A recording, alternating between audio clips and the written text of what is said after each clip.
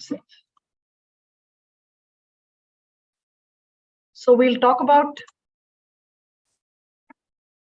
1 minute.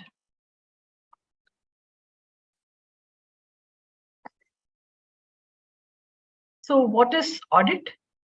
It's an independent examination of the financial statements. For what? For expressing an opinion. The opinion is generally, stated to be true and fair or otherwise, or you can't give any opinion. For understanding the sequence of documents that I'm going to present and the checklists, etc., I think it's very important to understand what is true and fair, because I think that's all we do in an audit. Can somebody put on the chat as I speak, what do you think is true and fair? Let's make it a little interactive. 30 seconds is all you get to put it on the chat. If no one's doing it, then I will mention. What are the two elements that comprise true and fair? The first element of true and fair is that financial statements have been prepared in accordance with an applicable reporting framework. And the second element of true and fair is the financial statements which are certified by the auditor are free from material misstatements. So in short, true and fair now, that's all it is. Now, in our case, what is the applicable reporting framework? It is Schedule 3. But am I right in saying that my financial statement is equal to Schedule 3? All complete. Is it right? No. The format of the financial statements is equally, or if not more, governed by disclosures prescribed under the accounting standards also. So true and fair is equal to Schedule 3 format, Schedule 3 plus AS disclosures, and opinion that there is no material misstatement. So what is the start point? The start point is a financial statement. Who prepares the financial statement? It's prepared by the management. What does the management tell you? The management actually tells you it's true and correct. Because for the management, even the management can't say it's true and correct because there are estimates, etc. So management says, here is my financial statements. And they say in these financial statements, these assertions are there. They're satisfied. Existence, rights and obligations, occurrence, completeness, proper period, measurement, presentation disclosure, etc. Now, for example, this is like the father of the bride saying my daughter's 5'7". She's a chartered accountant. She's a nice girl, soft-spoken. And all parents talk of their daughters as soft-spoken. So what does the father of the groom do, or the groom himself? He says, okay, father's saying all this, so let me look at the girl. So that's the process of audit. It can be both ways. So, because in these culturally challenged times, one has to be very clear. Audits are done both sides. So what happens? So the management, for example, in the case of fixed assets says, look, this is my fixed asset, 20 crores. My asset exists. You can go and actually see it physically. Rights and obligations. I have a right to the asset because the invoice is in my name. Right? I bought this asset this year. There was an occurrence of a purchase transaction, etc. What do we as auditors do? We perform procedures. What procedures do we perform? We perform risk assessment procedures, compliance procedures, substantive procedures. Who has written all those procedures? It is there in the standards on auditing. Which is why when I lead you to it, I will tell you, we all spend a lot of time on accounting standards. That is the responsibility of the client. You have to ensure it's correct, of course. But our own responsibility is much larger towards standards on auditing. Compliance procedures are procedures which are tests of controls. So what is a control? Okay, if I have to purchase something, there has to be a purchase requisition, there has to be a purchase order, there has to be a GRN, there has to be a liability that is getting accounted, there has to be a payment against that liability only. That process, if you are vetting, it's a compliance procedure. What are substantive? So compliance procedures are procedures which are designed to tell you whether the control is efficient and whether it is operating throughout the period of reliance. What's a substantive procedure?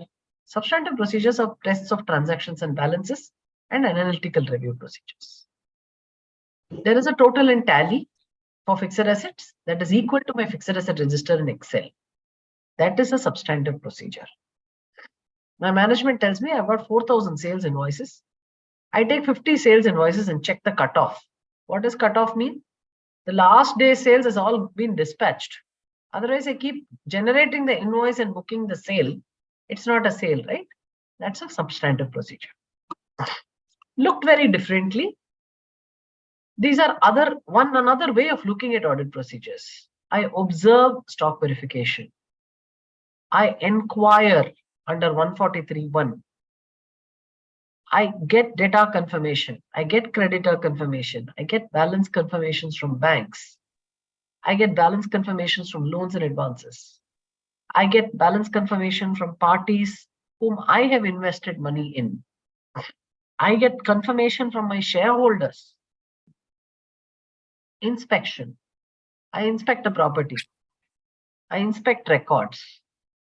I inspect MCA records of the company. Reperformance.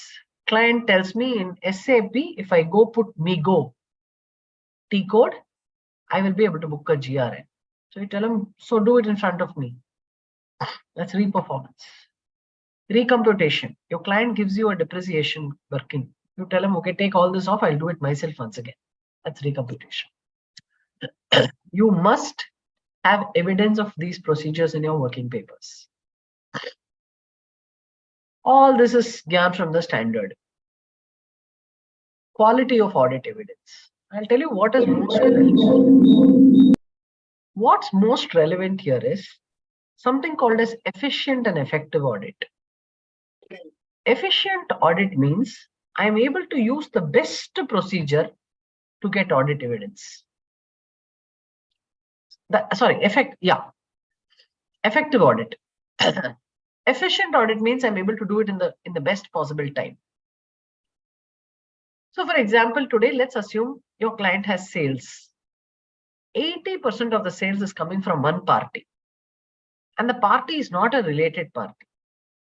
Can somebody put on chat, what is the best procedure you'll adopt to confirm the sales and the receivable? Kindly put it on chat. What will be the best procedure to confirm the sales and the receivable?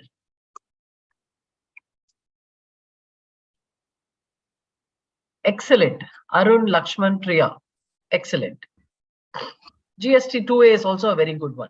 Excellent. So, what does this do for you?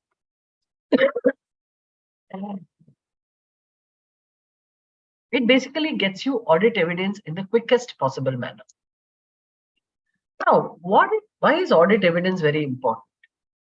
Your entire audit is like one coin. On one side, there is diligence. On another side, there is negligence. That rim is the working paper. Now, today, everything is fine. Nobody is going to look at your working papers. In fact, I have felt this myself. Today, immediately after doing an audit, everything will be crystal clear. 1 month later, it will be clear. 8-9 months, somebody asks you a question, and when you open the working paper, it's a sheer state of panic. You don't know what is there, where, etc. So I think it's important to document.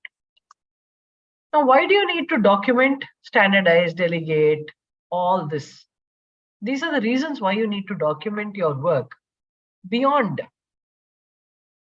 what I'm saying. So once management gives you the assertions, you perform audit procedure. Why do you perform audit procedures? Because you have to get audit evidence. Why do you need audit evidence? Because you're going to frame an opinion. You're saying that fixed asset is there. So what is the audit evidence that you build? I do a process of inspection and go see that fixed asset. I see the invoice. I inquire with people in the factory whether this asset came in this year. Right? The standards often speak of SAAE, which is sufficient and appropriate audit evidence, which will help you to form an opinion on the true and fair of the financial statements. So this is the entire landscape of why you do an audit. Now, if you look at our landscape, you will have client acceptance, continuance, and planning checklists, checklists for conduct of audit programs, SA checklist, AS checklist, Schedule 3 checklist. You can make a GST checklist. You can make whatever you want, right? Today,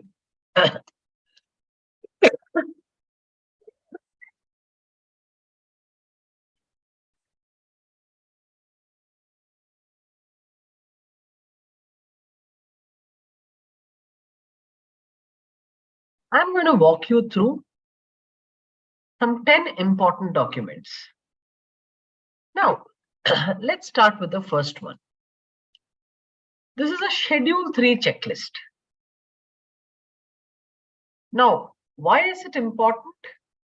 Because you have to prepare, the client has to prepare their financial statements only in accordance with Schedule 3. If Schedule 3 says write A, it has to be A. Now, the most important things, now Schedule 3 checklist, I have broken it out into 141 line items. In the 141 line items, you will see some generic line items. Reserves and surplus shall be classified under the heads provided. Long-term borrowings shall be classified under the heads provided. These are all the paragraphs of the Schedule 3 where it is drawn from. Now, I want to tell you one thing. Please don't get psyched. We are already doing 80% right. Just because I'm popping up a 141 line checklist with you, it doesn't mean for anything for us to get scared. A lot of the elements of this checklist may not be applicable to your client at all, but where it is applicable, tick it off. Now, the most important thing is the rounding off.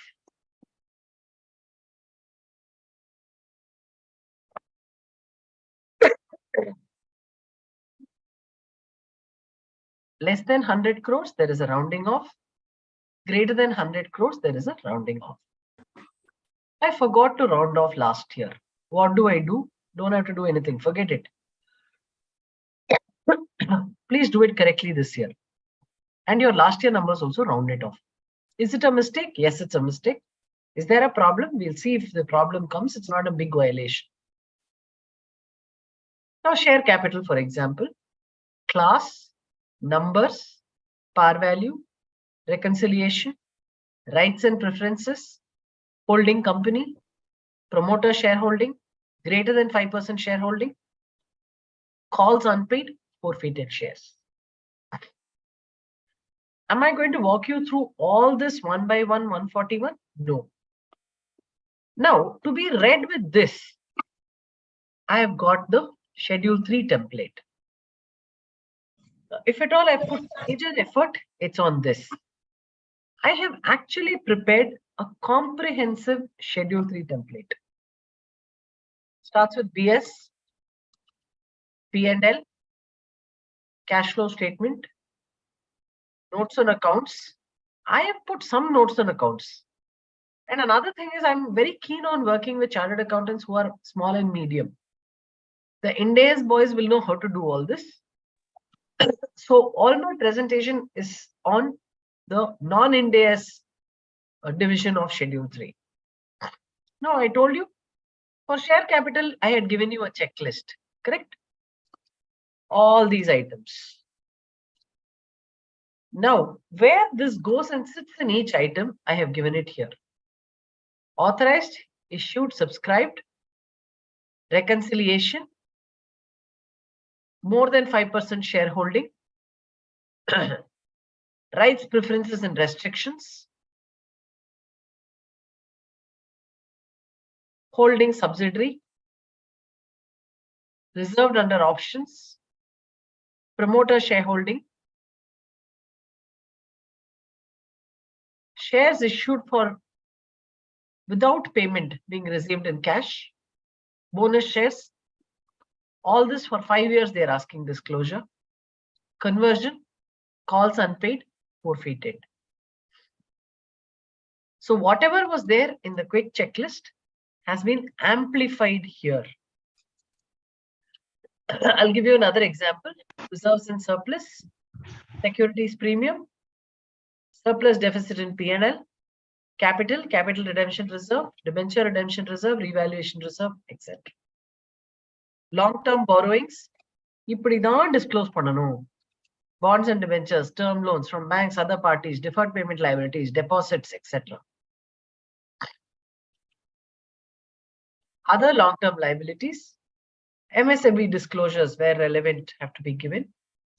Short-term borrowings, trade payables, other current liabilities, property, plant and equipment, intangibles, non-current investments, long-term loans and advances, other current assets, current investments, inventories, trade receivables, cash and bank. Now, if you notice Schedule 3, there'll be a lot of general gyan. Then there will be one segment called additional information. Then there will be one more segment called additional regulatory information. This additional regulatory information only came as Y. Alphabet Y amendment to Schedule 3. P&L schedules, contingent liabilities, etc. Now you might ask me, why are we showing cost of materials consumed? Why am I showing expenditure in foreign currency? Why am I showing dividends which I have declared or proposed dividends? Why am I showing disclosures of dividend in foreign currency? All these answers are because it is given in Schedule 3. Let me go to the important ones. Proposed dividend, non-utilization of proceeds of issue of shares for the purpose for which they have intended, diversion of funds and borrowings not used for the specific purpose, realization issues and value issues on fixed assets, CIF value of imports, expenditure in foreign currency, dividends in foreign currency which have been remitted, earnings in foreign exchange, undisclosed income. All this you report because Schedule 3 wants you to report it. Now you may ask me one question. If I have not given any dividend in foreign currency, should I go here and put 0? No. If it applies, you put that para in that format. If it is not there, you can delete it. So for example, in my company, let's say there is no salaries and wages at all. It's only outsourced payment. I don't even need to show that schedule. Right? So this is your Schedule 3. Now, for example, I told you, right? Certain disclosures come from your accounting standards. One example is your related party disclosures. It's there because AS 18 says you have to disclose related parties. So similarly, somebody might ask, why am I even showing significant accounting policies? I'm showing it because accounting standard 1 says you have to disclose significant accounting policies. You have to disclose it under one place, in one place. You have to tell me whether there is any change in accounting policy. And fourth, you have to tell me whether there is, what is the impact of the change in accounting policy between two accounting periods. So if I were to summarize, Schedule 3 plus AS is your, plus other matters also, is your presentation format here. And within Schedule 3, you have basic information, additional regulatory information, plus AS mandated disclosures. Now somebody will ask you, why are you making me do so much work? 1 minute.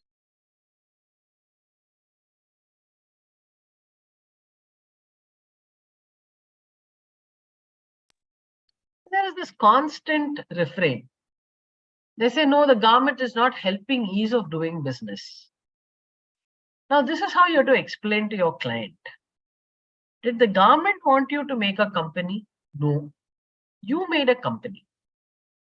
See, today you can't say I have signed for CA course, but I will study only 1.5 hours every day and I'm not clearing. No, right? You have a choice of courses that you can do. Similarly, you can be a proprietorship, a partnership, a trust, a society, whatever you want. You chose to be a company, which is why the Companies Act says you have to respect it and respect the act. If you don't want to be, then go to LLP. In fact, today there are lots of issues coming up on LLP. You can make an LLP even with 200, 300, 400 people, right? But that actually, I feel, in my opinion, is defeating the purpose, because for a Companies Act, you have restricted private companies to 200 people.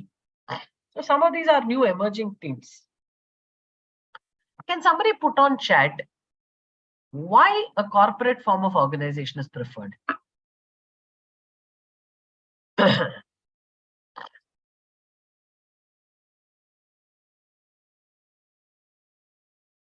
Why is a corporate form of organization preferred? Limited liability, access to public funds, excellent. Then recognition, exposure in market. Okay, these are good answers. There are only two big reasons. One is limited. See, the remaining are all actually public perception issues.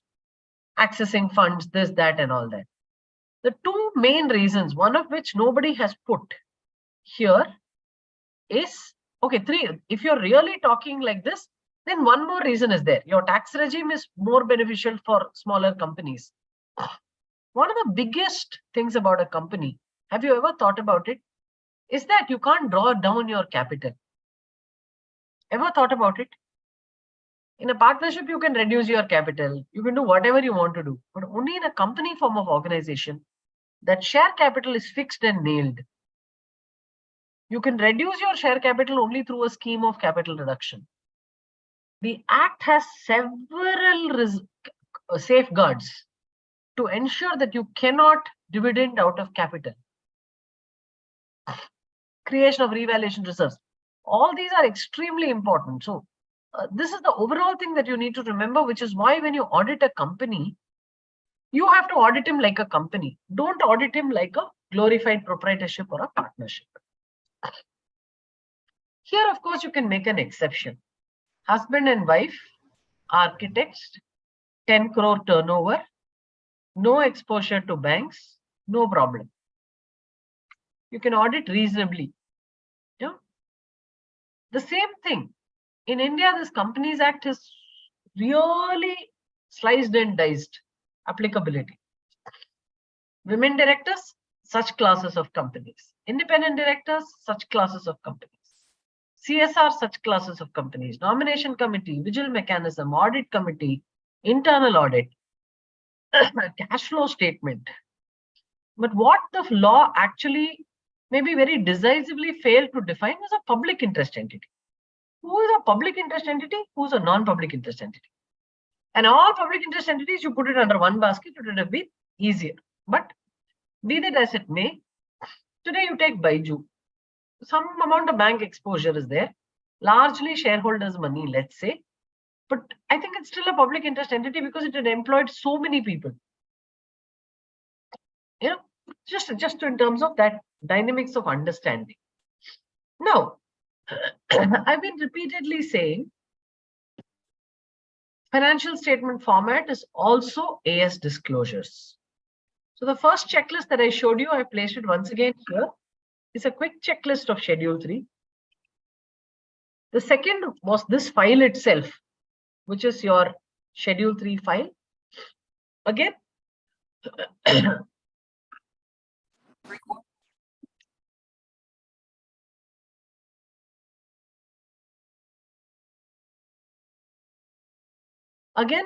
you may ask me, should I convert my client into this format? Please don't. If it is an existing client, you would have the confidence that you got it all right. If you feel something in this you have omitted, then you copy paste only that part. If it's a new client, you can experiment with this format. I have not done this format to come and put your accounts here. It's not worth it. Don't spend that kind of time. It's really not needed. If you feel some disclosures here are better than what you have, then only those you substitute. And another thing about this document is everywhere I have linked it to the ICAI guidance note. Where should I read? Now, in this context, let me also tell you one. It's a little concern on the perception of audit quality in the market. See, yesterday, audit was very different from today's audit. Previously, you could say it's true and fair. I'm not handling fraud part, etc. But today, the public perception is if you have certified something, it's reasonably good. And in all fairness, I must also tell you one thing. There could be very deep underlying frauds which can go undetected past an auditor. But simple things like diversion of funds, I don't think we should miss it. Today, you're scrutinizing the GL. You are reviewing the bank statement. You can basically see above 5 lakhs where all it is gone. It's not so difficult in my view. So I think we also need to go a little out to see where we balance between audit and fraud risks, etc. Now, there are, now in this case, I must tell you, out of academic interest, the case of CDEL, Coffee Day Enterprises Limited. I don't know how many of you have actually read about the CDEL case. No one? Orders worth reading. Order of SEBI worth reading. Order of NAFRA worth reading. So this was a listed company where the consolidation was done by a different auditor. Subsidiaries were all audited by different auditors. It turned out to be more or less the same firm in different names auditing different subsidiaries. This is what the NAFRA order sort of speaks. But from 7 odd subsidiaries of CDEL, a princely sum of 3,235 crores was diverted. Where was it diverted to? It was diverted to a company called Maysel, Mysore Amalgamated Coffee Estates Limited. And where did it go from Maysel? Who owns Maysel? It was Mr. VG Siddhartha, the promoter's father, who owned Maysel. From Maysel, it went to further many entities. Again, all of whom belonged or were related to the promoters. Now, we can sit back and say, no, how can an auditor detect a fraud? But tell me this, if it's such a large value transaction, how could it have gone undetected? See, I think if you legitimately keep your eyes open and do an audit, if something looks bad, we are intelligent enough to discover it. Just don't turn a blind eye. Look for that specially.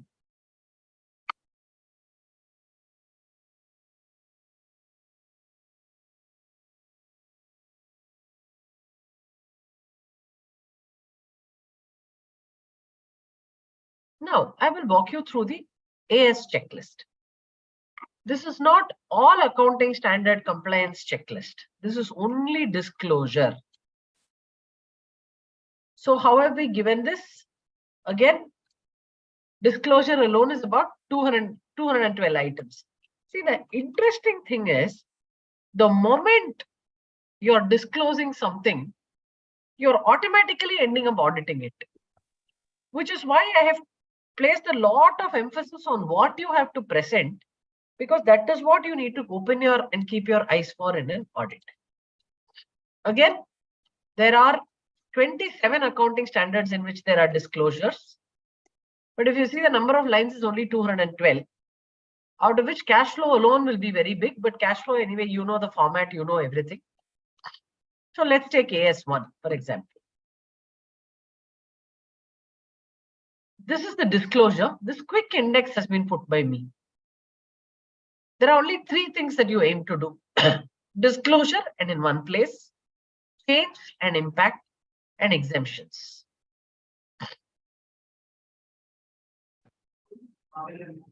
Okay. I've also given the paragraph reference of the document, there is an accounting standards checklist which has been published by the Accounting Standards Board. See, what more can an institute do?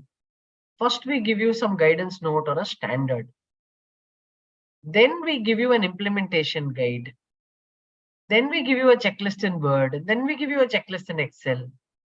Then there are multiple carve-outs for it, and then we give you. So it's like, there is a tree, we've plucked the fruit, we've cut the fruits, we've served it on a plate, and now the only thing I've done is sort of managed to make it into a fruit salad.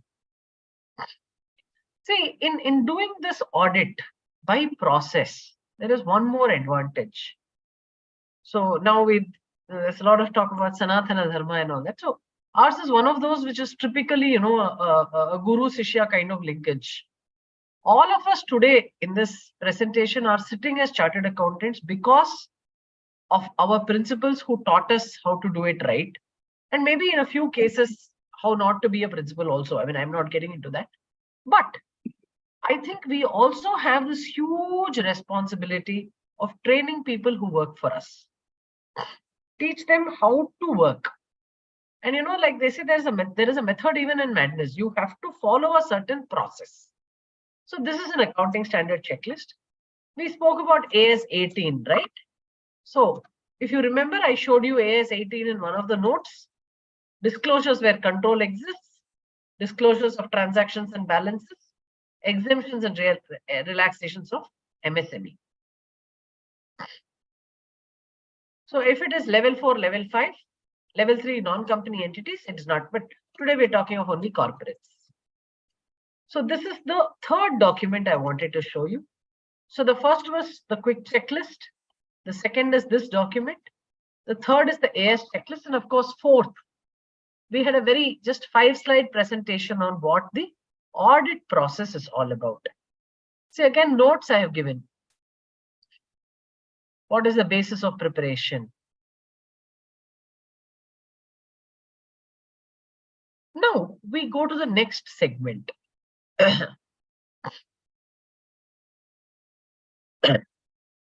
Let me take you to something slightly complex. The essay checklist. Is this my own? No, I've not done anything on it. This was prepared by AASB. But in a few days from now, you can expect a release from CAQ, the Center for Audit Quality. So this basically, how many accounting standards on auditing are there? Can someone put it on chat?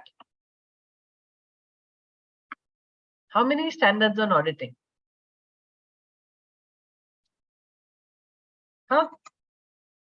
No guesses or no one's listening? Okay, more than 40, close, Kumar sir. 38.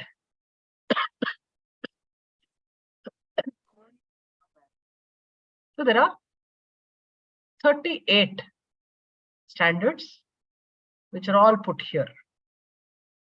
Now, please don't get psyched by this document, the size being 383 pages, etc.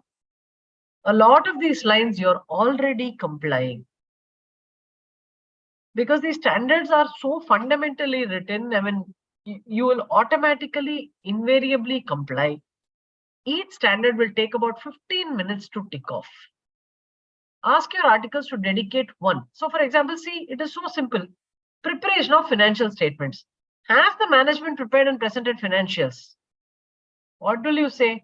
Yes, tick. Why? Because you're going to finally audit and sign off a Schedule 3 balance sheet.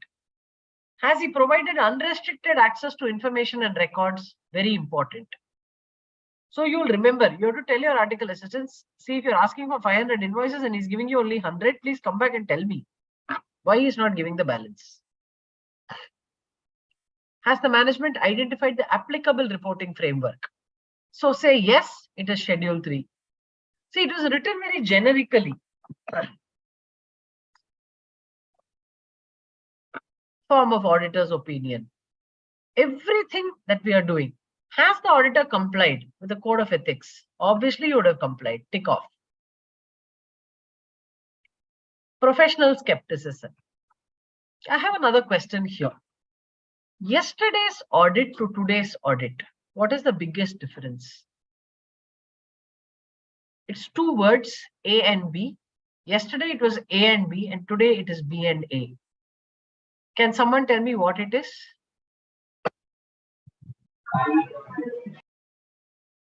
Chat, trust, and what is the second word? No. Yesterday we would trust and dash. Today we dash and trust. It's a word that starts with V.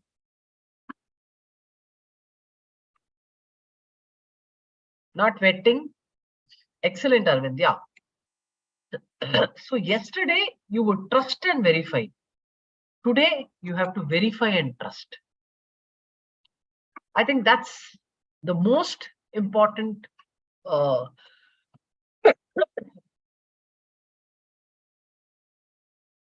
aspect I would like to emphasize on. And I also want you to remember two other very important things which have happened in the recent past. Three things actually. One is, of course, how this fraud reporting has evolved. Recently, NAFRA has come up with something on fraud reporting, which is a little different from what the Institute envisages. But the jury is yet to be out and the debate is on, but we'll come to it later. I mean, it's not now. The second most important thing is, today, if you look at Schedule 3, it's become more like management reporting.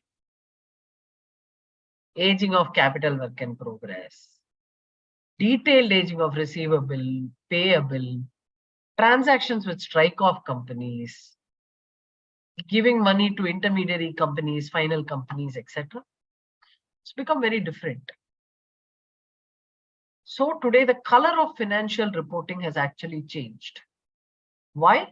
Because the government believes that such information is relevant for true and fair. And I absolutely agree. One has seen balance sheets with capital work in progress sitting in the balance sheet for the last 8 years at 50 crores, or a big number.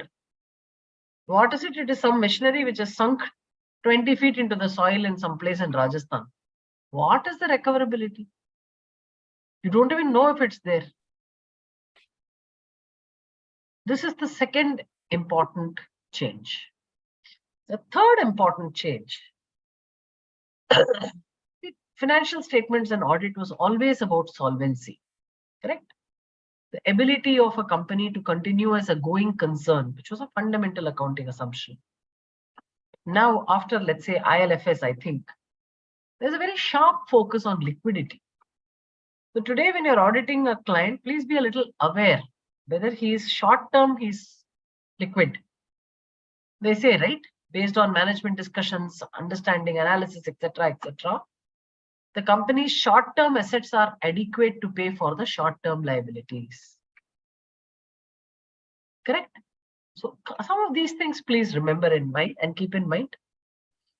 And the best way to use this checklist is you first read agreeing to the terms of the engagement. At the core of this standard is basically a nice engagement letter that you get. I think it's in accordance with the standards. Precondition of an audit, limitation, agreeing on the audit fee, recurring audits, change in the terms of engagement. A lot of this will become very, very, very important for these large public interest entities or listed companies. But for our limited purpose, you can go through what is relevant to you and accomplish it. So for each of these standards, there are a set of questions. There is a preamble. And you have to just make sure that you're broadly there. See, and another thing is, it's always nice if somebody asks you a question, because you can't imagine the question yourself. So take it that way. Somebody is asking me a question. I'm answering the question, and in that answer, something relevant for my audit could come. I would dedicate half a day to the essay checklist. You put it in your TV screen in the office, have your articles sit around, and just go through and keep ticking off. This will also highlight to you if there is something material that you have not done. See, a classic example. Even today, I was looking at some balance sheet. From 2014, I was able to see the public domain. To date, 2023, there is zero income. There is only an accumulated loss of some 5 crores. There is only land and building and some loan from directors. Every single year, we have said this is a going concern. How can it be a going concern? Negative results, nothing in the P&L. It's not applied as a dormant company.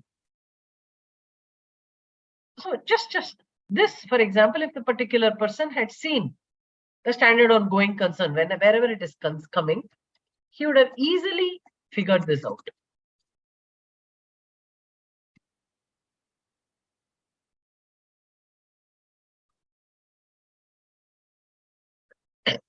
SA 570.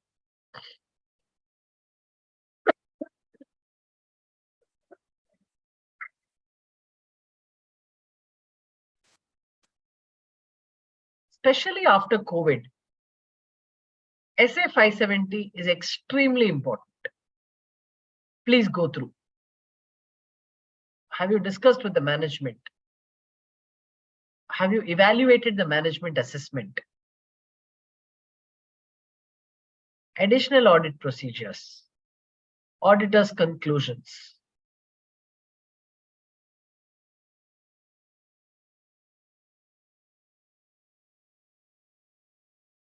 Okay. Similarly, written representations. You have to get a representation letter. You have to get a management engagement letter, an audit engagement letter, and a representation letter. Some of this I will once again cover. So with this, we have finished Schedule 3, AS, checklists, a detailed Schedule 3 presentation, an essay presentation. Now I'll take you to a program which I have prepared.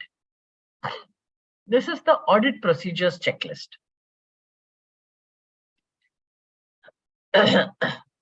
Is this complete? Reasonably, 70%. Can this be used easily? Yes. You can modify it for your client. Does it give some core principles that are relevant from a statutory audit? Yes, I think so. Does it broadly comply with the standards on auditing? Yes. Now, when we speak about standards on auditing, how many of us have heard about SQC1? See, today we tell a client, right? Look, do you have a controlled design? Second is only operating effectiveness. Let's say my daughter is in class 12. You're not good at maths, let's say like the mom. So she has to go to a tuition class. So I say, okay, let's have a tuition class. That is controlled design. Whether she's going to the class every day or not, that is operating effectiveness. Similarly, in an audit firm, SQC1, which is the standard on quality control of an audit firm, which is the audit practice, the practice unit, is very important. It talks about leadership, it talks about monitoring, it talks about review, talks about people, etc. Why? Because an audit firm is nothing without its people, its training, etc. So SQC1 is like the mother. And all the others are engagement level. I mean, standards that deal with how to handle accepting an engagement, risk assessment, written representations. Those are standards to be complied at an engagement level. Now,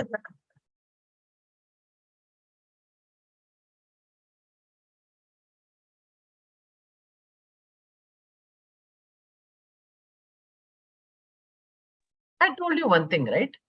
This true and fair is only two things. One is applicable reporting framework, and second is it is free from material misstatements, your financial statements.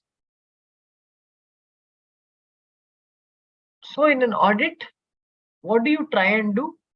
you minimize the risk of a material misstatement. Why am I using the term minimize? Because I can never eliminate a risk. A risk has to be treated, tolerated, or transferred. It can never be eliminated. I can tell him, okay, this entry is wrong. So I've treated the risk. This is only a 10,000 rupee error. Okay. It's a risk of, it's not a material misstatement. It is a misstatement. I will tolerate it. My fixed assets can have a fire. So I've got an insurer. So that's a toleration. It's outside of the audit. So what do the standards tell you? First, you have to assess the risk of material misstatement. You have to say, fixed assets. Possible. This year there has been a huge capitalization. This company has stress anyway. So I have to make sure that they started doing the depreciation on the correct day. So you have to basically assess risks at a financial statement and component level. Then you perform audit procedures to obtain sufficient and appropriate audit evidence to confirm to yourself that the financial statements are free from material misrepresentations, and so I can give true and fair. Sometimes you can say true and fair subject to modified opinion, subject to non-provision of impairment on inventory. Out of 100 crores inventory, 50 crores I can't use.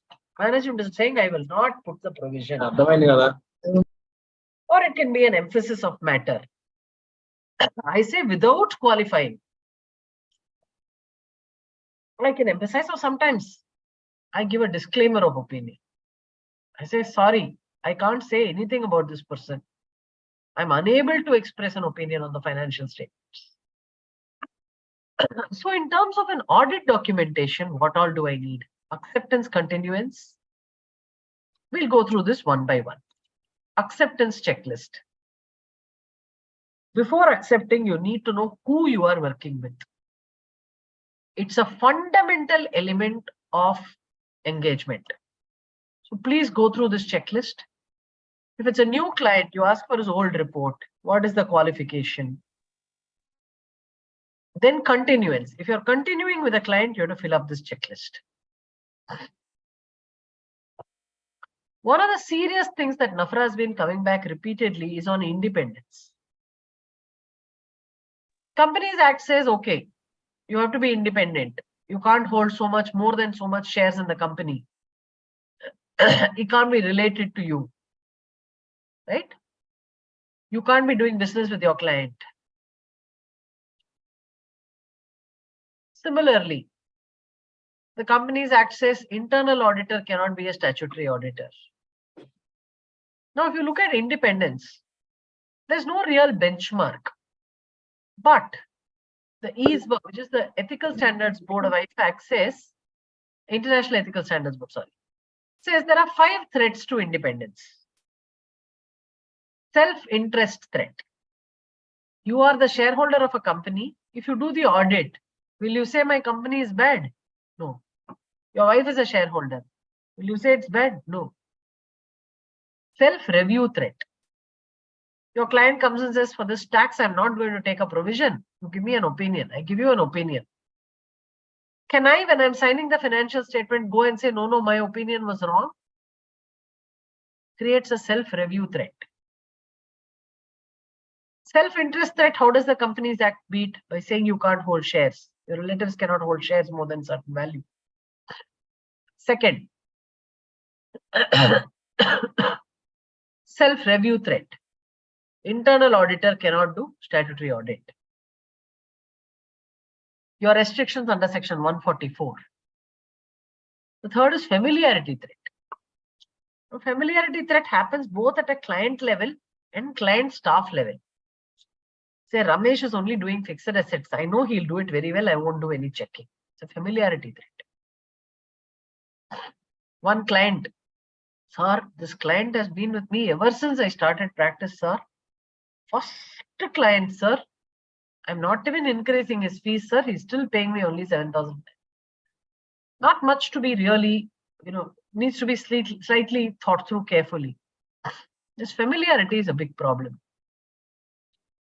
So, because now today your wife's cousin or a second cousin, the act may not want to debar you, but you have to see whether you will be able to say the correct thing. Then there is advocacy threat where you take positions or representations for your client. And the last is intimidation threat. A politically connected person, let's say, if you're overawed by your client, then it doesn't really help to do an audit in that position. If you feel you suffer from any of these threats, please don't do the audit. Become a consultant for the client. Because neither will you be able to do justice to yourself, nor will you be able to do justice to the client.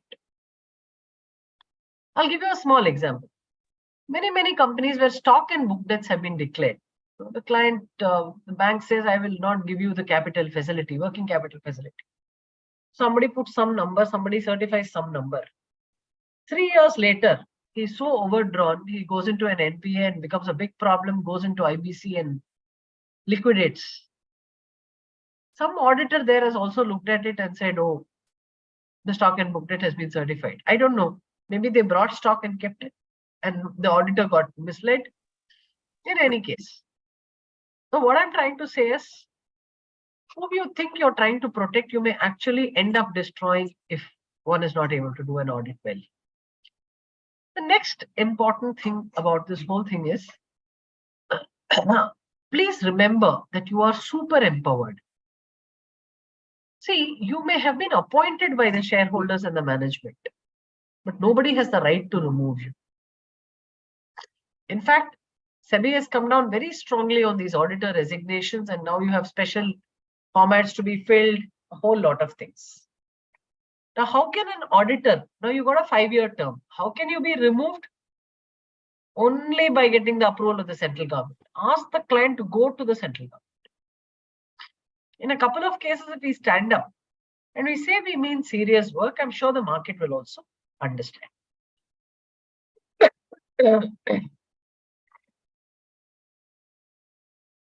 Then we come to consent under 139, engagement letter. So this is what I told you. Where ICOFER is there, you just have to click and issue this. Where ICOFER is not there, this. For whom is ICOFER applicable? It shall not apply to a private company. Okay? Which is a 1% company or a small company, or which has turnover less than 50 crores and which has aggregate borrowings from banks or financial institutions or any body corporate. However, this exemption shall be available only if your client has not committed a default in filing its financial statements under section 137 or annual return under 92. I don't think there is any clear specific guidance on whether 1 year default and next year rectification is fine, or whether it's a continuing default. Not clear yet, but you can take your interpretation.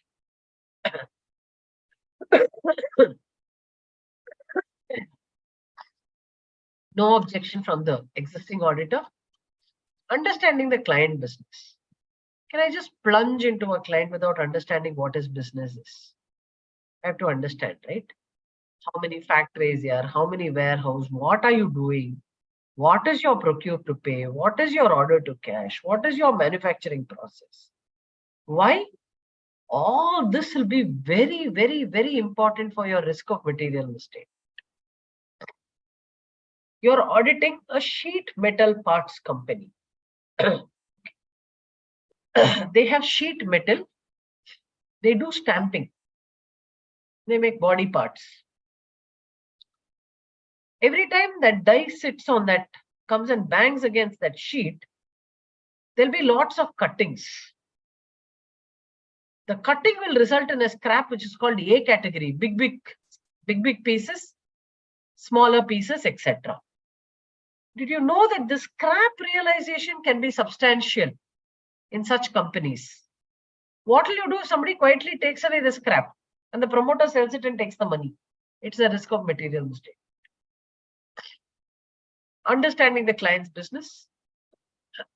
How do you assess risk of material misstatement? Based on which you are expected to prepare an audit planning memorandum. How do I plan for this audit? Incidentally, this entire sheet will form part of your planning memorandum.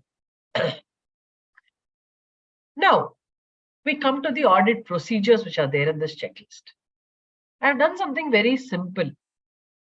Fixed assets. Just give me 1 minute. 1 minute.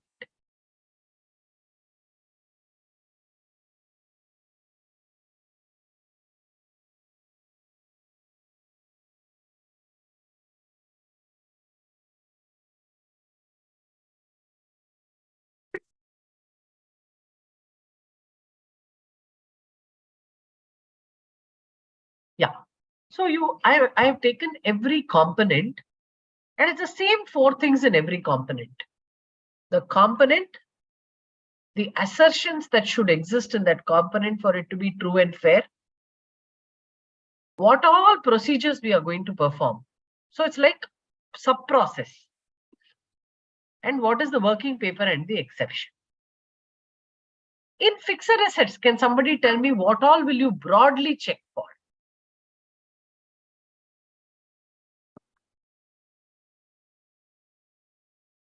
Existence? No, those are the assertions. If you can tell me like process, additions, then title deed, okay, deletions, then depreciation, excellent, Arun. Opening balances, then capitalization, asset at different location, let me call it as transfers, valuation, verification, excellent. Then impairment. Arun, you should be taking sessions, Arun. So this is, you've answered everything. So that's exactly what I've done in the third axis. In the third axis, I have gone and I've said, okay, overall procedures. Overall procedures are the same everywhere. In fixed assets, what are the key totals I need to match? Last year closing trial balance is equal to this year opening trial balance. Last year's closing block schedule is equal to this year's closing block schedule. This year's closing balances are equal to my tally value is equal to my fixed asset register in Excel for value as well as for depreciation. These are my key things, right? GL recons, etc. Then addition, what will I check? Deletions, personal revenue expenses, capitalization, physical verification, idle unutilized assets, asset movements, depreciation, fixed assets register, revaluation. Title revaluation, nobody mentioned. Today, Schedule 3 specifically asks you, and CAR also asks you, special categories of assets, CWIP, Schedule 3 compliances, CARO compliances, and maybe you can add one more.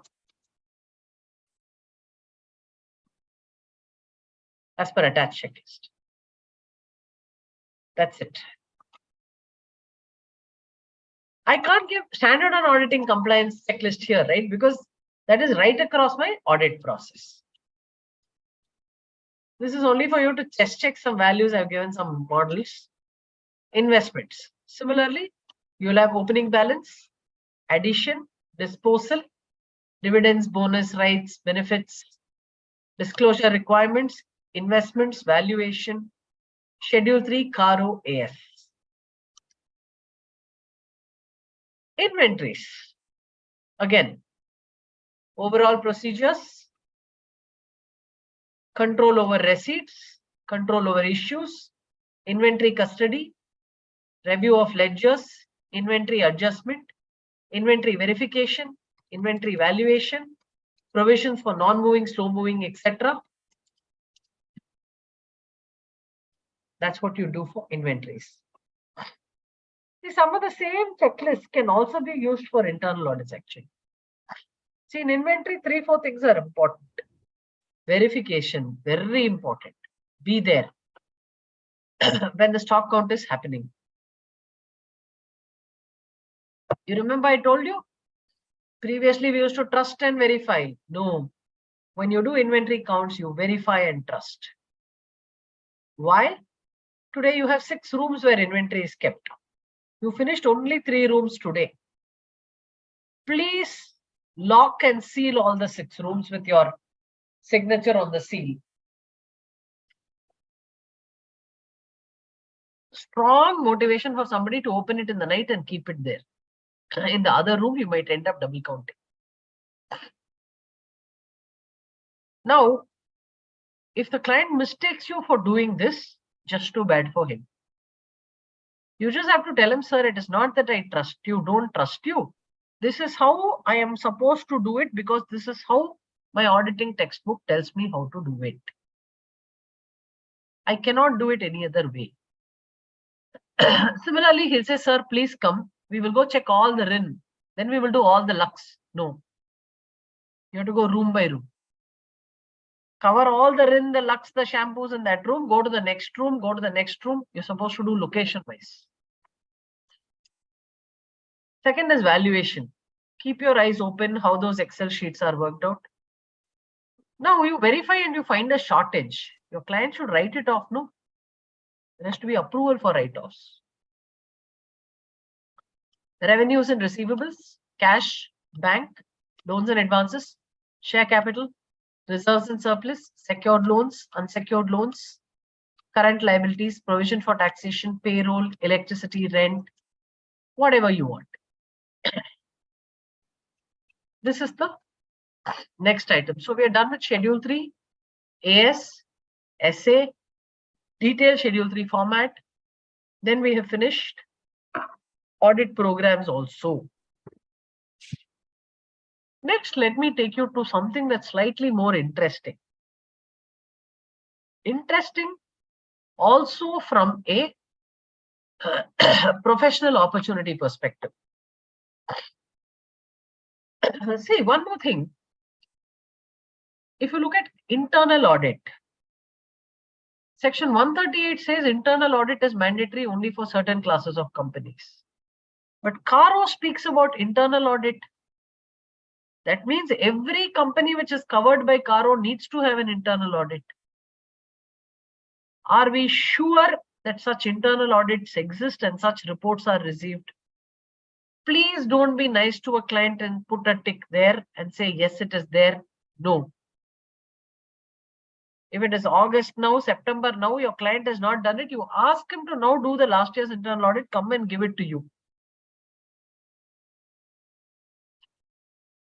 Let them complete, let them do an internal audit, because that internal audit, see, it's a protection for the statutory auditor.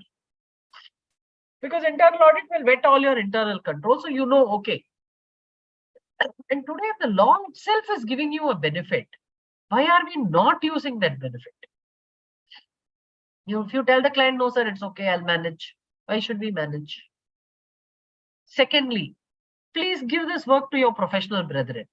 See, the Act doesn't say internal audit has to be done by an external person. But if the management doesn't have the bandwidth, you tell them, no, why don't you give it to somebody else?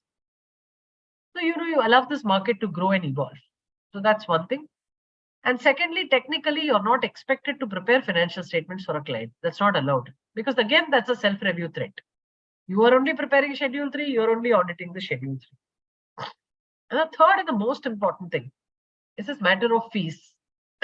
I would think that in terms of audit fees, we are perhaps one of the most undercharged countries, given the complexity of our reporting requirements, frameworks, etc. So I think something has to be done about this as well. Audit is a premium service. It's a premium today because of the sheer amount of disclosures. It's a premium for the sheer risk that you carry on a client. And it's premium in terms of the amount of time that you're spending and the amount of 8 years you have to maintain your working papers. Are we factoring in these costs? The amount of studying that you need to do, sitting through this program for an example, What's also relevant is, these costs have to be built in when you compute your audit fee. Or don't settle for low fee engagements. I don't think it's worth doing at this risk. Secondly, you can say, I don't want to do audit, but I think that's a bad idea. I think you've essentially studied to be an auditor and you must be a great auditor. Unless personally you've taken some calls where you say, look, my interests lie elsewhere. Like for me, it did, so I did something else. I think, and secondly, today there is no point doing 2-3 statutory audits and 50-60 tax audits. If you're doing statutory audit, whether you're doing 2-3 or whether you're doing 53, the amount of studying that you need to do is the same. So if you've decided and you're in statutory audits, you're doing 5-6 audits, please ramp it up to 25-30 next year. Now, the reporting structure also requires you to report on internal controls over financial reporting. Let's assume there's something called as an enterprise risk management. At an enterprise level, how do companies manage their risks and opportunities?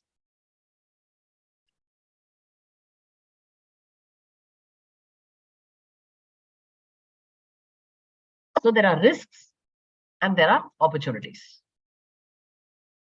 Risks include risks which are actually directed, which can impact your financial reporting, other risks, right? Let me give you an example. I can take a GRN without material coming in. I put 100 stock extra. That impacts your financial reporting. Because that 100 can either be sitting in stock or it can get consumed without having ever been received. Alternately, I need to order only 100 tons. But my materials manager knows the shopkeeper. Shopkeeper says, sir, you take another 100 tons. I will send something to your house. That doesn't impact financial reporting, but nevertheless, it's a risk. Beyond that, there is efficiency and effectiveness of operations. If you look at internal audits, all these controls I will check. Whereas in an ICOFR engagement, you look at only internal financial controls over financial reporting. Institute has 2 guidances on this. One is a normal ICOFR guidance and one is a guidance for SLCs, small level companies. Now in an ICOFR, it's very simple.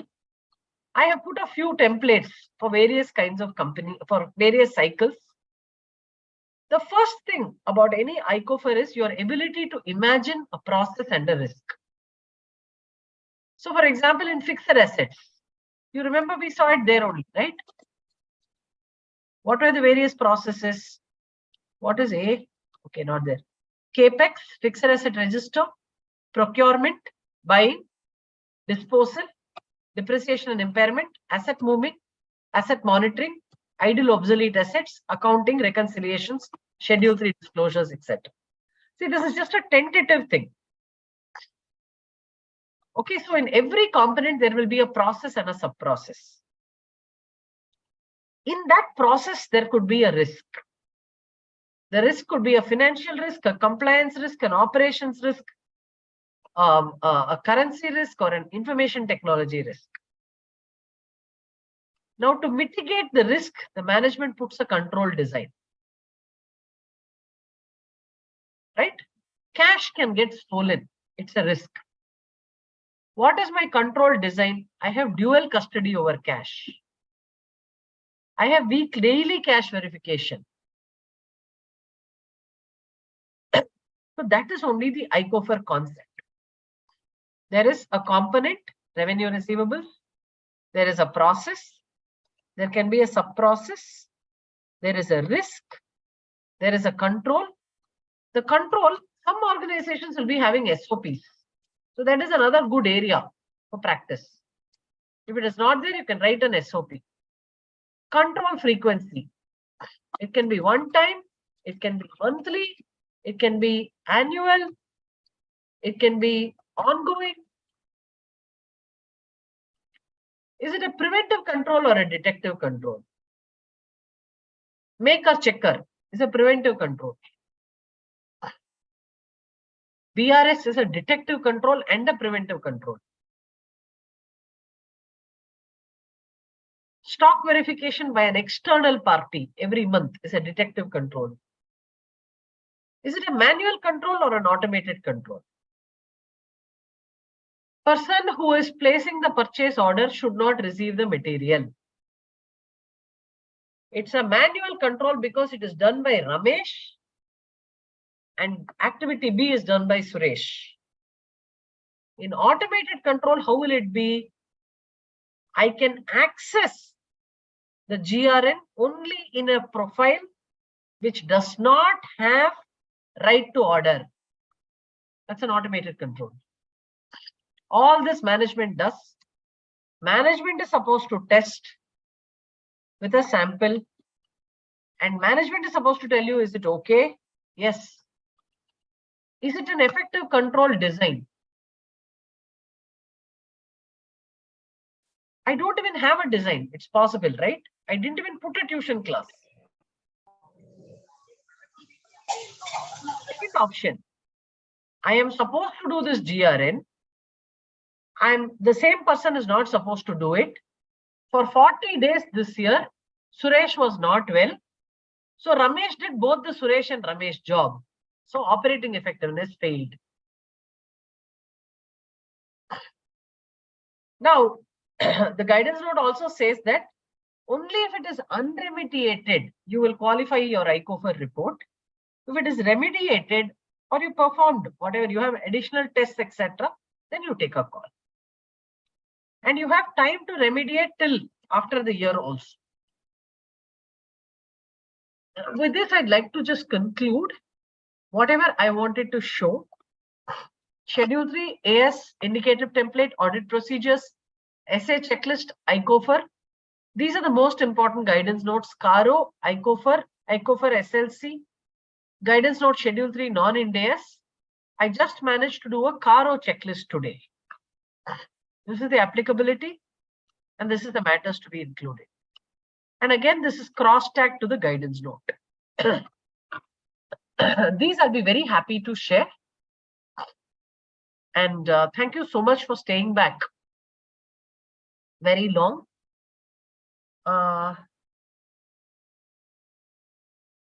Just checking, there were a few questions.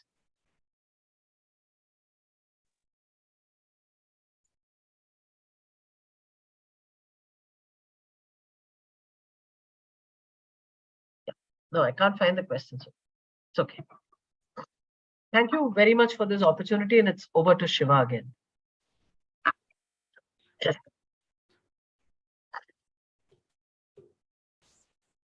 And there was one question, I can spot that out.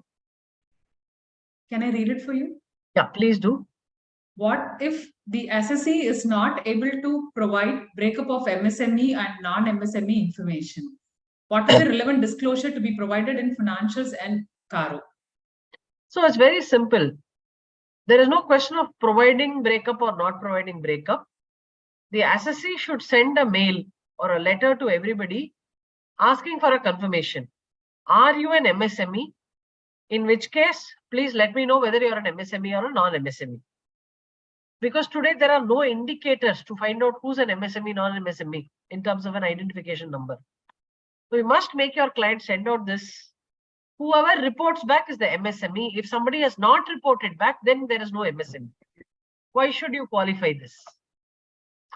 Where there is a, make your client comply and give the result of the compliance. I have a question from my side. The Schedule 3 format, what is being provided, do we have to strictly follow each and every point, or we can always make it different based on our client company? You have to give me an example. Or I can give you an example. Okay. See, Schedule 3 says salary has to be shown in a particular manner. Okay. Such salary will also include the executive director's remuneration salary, correct? Correct. Now, if you go to other expenses, there will be director's remuneration there also. There you have to give commission, consultant fees, whatever. Those that are not the salary type, sitting fees, etc. For your client, you can't combine. Yes. Okay, this is a classic example. You have to maintain this. But if you want to combine short term, long term, the same page, give columns, all that is okay. Regarding this MSME itself, there's a continuation on the question. Do we need to send letters to all the 300 vendors of the company regarding MSME and non-MSME? Yeah, see, because today the responsibility of compliance is on the company. The law says if he is an MSME, you better pay him on time. If you don't pay him on time, you have to give him interest. Which means the law goes an extended step to say, you as a corporate shall identify the MSME and make sure he gets paid within that such time. Also, you had mentioned a very vital point of the non-compliance under section 137 and 96, wherein annual returns are not filed by the company. So then the private limited company loses the benefit of being a private limited, wherein the CFS or ECOFAR becomes applicable. I think that was really very vital, and that Correct. seems but to be missed out. They have not said, see, suppose I have not filed it for 18-19, but later on 19-20 I have completed. Yes. So then I guess one has to take a correct view on that. Yes. But this non-compliance is as on 31st, is it on date of the financial year ending or the date of audit? How do we take it? See, you can at least take this benefit whichever way you want. I'm not an expert. We can go through the guidance note, if at all there is. But logically, given that the annual return filing provision and the financial statement filing provision has a penalty, right, for a delayed filing. Yes. If before you sign the audit report, I have got it, then what is the problem? Yes. Because these are not specified under the sections. No, I can even add one more twist to it. It says it uses the term default. If you don't file it on that date, it becomes a default, right? Yes. So let me also go back and come back on this. I think we need some formal clarification, perhaps from the ministry itself. Yes, ma'am, because the circular, there is the exemption notification is only mentioned by way of circular. So there isn't anything after that which is clarified. Correct. So that will be really helpful for us. Correct. Yeah. But my another point is, when in doubt, comply. Keep it simple. Safer. If you have a doubt, please do the ICOFA, tell the client, I have decided to give it because of this. Okay. This is a notification. It was not a circular. Yes. So, okay. So thanks very much, Priya. Thank you, ma'am. Over to Arvind. On behalf of the Chengalpattu branch of SARC of ICI, I express our heartfelt gratitude to the speaker of the session, Sri Priya Kumar ma'am. You are given a fast-track revision on preparing financial statements and audit documentation. The session was insightful and engaging. All your hints and recommendations will be adopted by our members in both ongoing and future assignments. We also thank your entire team for the efforts that went into making the structured templates and for the benevolent gesture of sharing it with the other members of the fraternity. Your dedication to the field of audit and your willingness to share your expertise is truly commendable. Once again, thank you for sharing your valuable time and insights. Thank you. Thank you. Thanks. Thank you, madam. Thank you. Thank you. Take care. Thanks, Priya. Thanks, Veda. Thank you. Thank you. Bye, Sita. Thank you so much. இந்த madam close பண்ணிடலாம்.